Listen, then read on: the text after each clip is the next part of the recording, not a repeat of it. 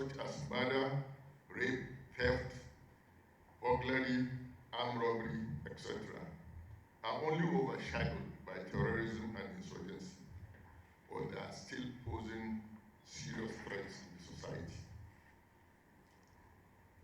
Emerging security threats like cybercrime,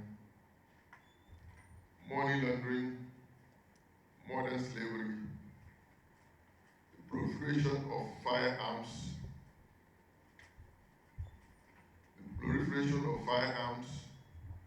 fueled by technology, porous borders, and regional instability are also growing.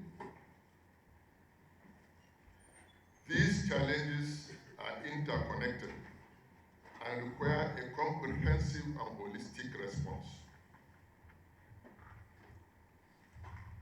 How do the root causes, triggers, and drivers sustain insurgency or insecurity? The answer lies in the complex interplay of root causes, triggers, and drivers. The image you see there depicts the relationship between root causes and Nigeria's security challenges. One major issue is the tendency to oversimplify complex problems, often influenced by emotions, religious or ethnic intolerance, and denial of the reality. For quite a lot of elites, Nigeria doesn't exist because the 1914 amalgamation was a ruse, but we're still here. Poor governance is a key driver. This includes inadequate welfare for security personnel, weak coordination among agencies, and underdeveloped criminal justice institutions. Other factors will include corruption, inconsistent law enforcement of laws, and overstretched military and misallocated police resources. You find that the military is deployed all over the country, in all the 6 geopolitical zones.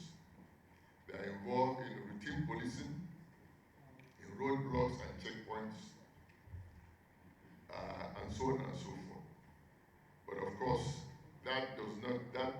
those duties do not correspond with the number of boots on ground and also the resources available for them. And at the same time,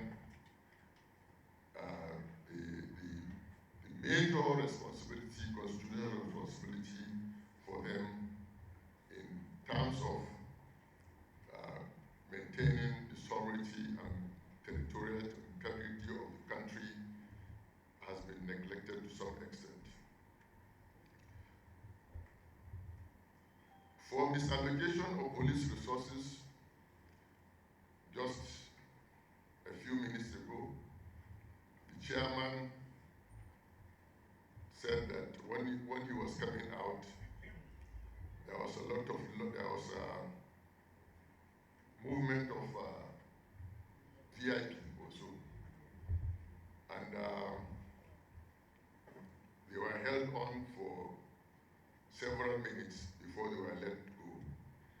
And I was also narrating to him that when I was a minister, I was going for a fake meeting, and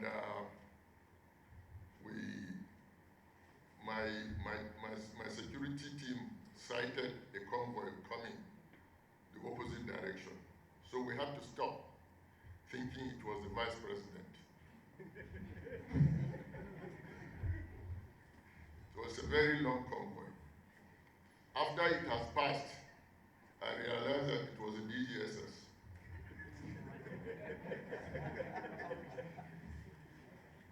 So this is the kind of misallocation of resources. And also, for anybody, VIP, or anybody who has the money to pay, you can always hire police escorts in this country. So you find that those who do not have the,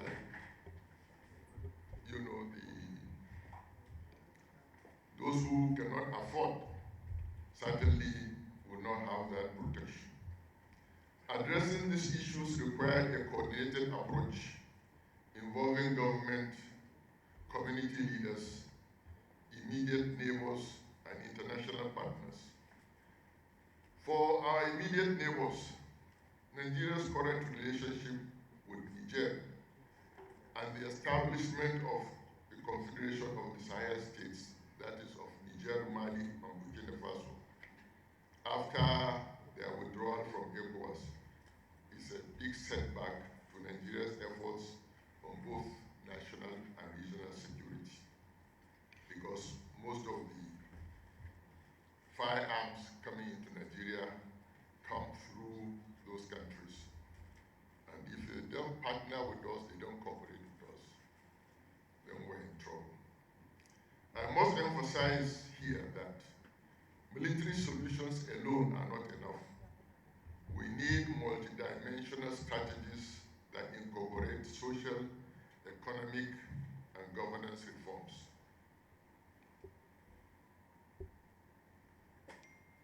So why threats persist despite investment? This is another critical question is, why do they persist? We need to know what we invest on and whether such investments consider our tactical, operational, and strategic goals. Very often you find that we make budgets, but not every kobo in the budget is released. You find that the implementation of budget mostly doesn't go beyond 40%. But at the same time, the amount of money budgeted for is always reflected. That is one issue.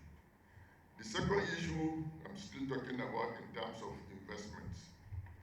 The second issue is that most of the items on the budgets are contractors driven, and sometimes mostly through the National Assembly. An item will be presented by a contractor through a senator or member of House. And that item is put into the budget even without the service knowing that, or interested in that, or whether the item is even useful to the service. So we have all that kind of problems. So if you see that so much has been invested and the situation has not only remained the same, but is worsening, these are the kind of things we are looking at. But again, like I mentioned, investment on military alone will not solve our problems, because we have to invest in human security. And this is a role that subnationals, the governors of this country, will be held responsible, because the issue of education, the issue of healthcare are mostly their responsibility, particularly when you talk of education, primary and secondary education, where the foundations are laid. And for healthcare services, where you have the issue of primary healthcare, is squarely a responsibility of the governors, not the construction of roads as they do mostly. So if you invest in military, you don't invest in human security, then you still have the problem. And if it doesn't remain where it is going to grow worse. Often our perception of security is limited to the kinetic, the military. Measures neglecting the non-importance of non-kinetic societal approaches. a lot of people in this country, 70–80% of us think that it's only the military that can solve the problems of insecurity in Nigeria, but that is wrong. The military has so much to do. For one, the military, the constitutional responsibility of the military is very, very clear. Secondly, by training, the military is not trained to carry out policing duties, which they do now. And also by law, if you are carrying out policing duties, you are expected to use non-lethal weapons. But of course, even our police now carry assault rifles. So these are the contradictions. But I understandably too that the kind of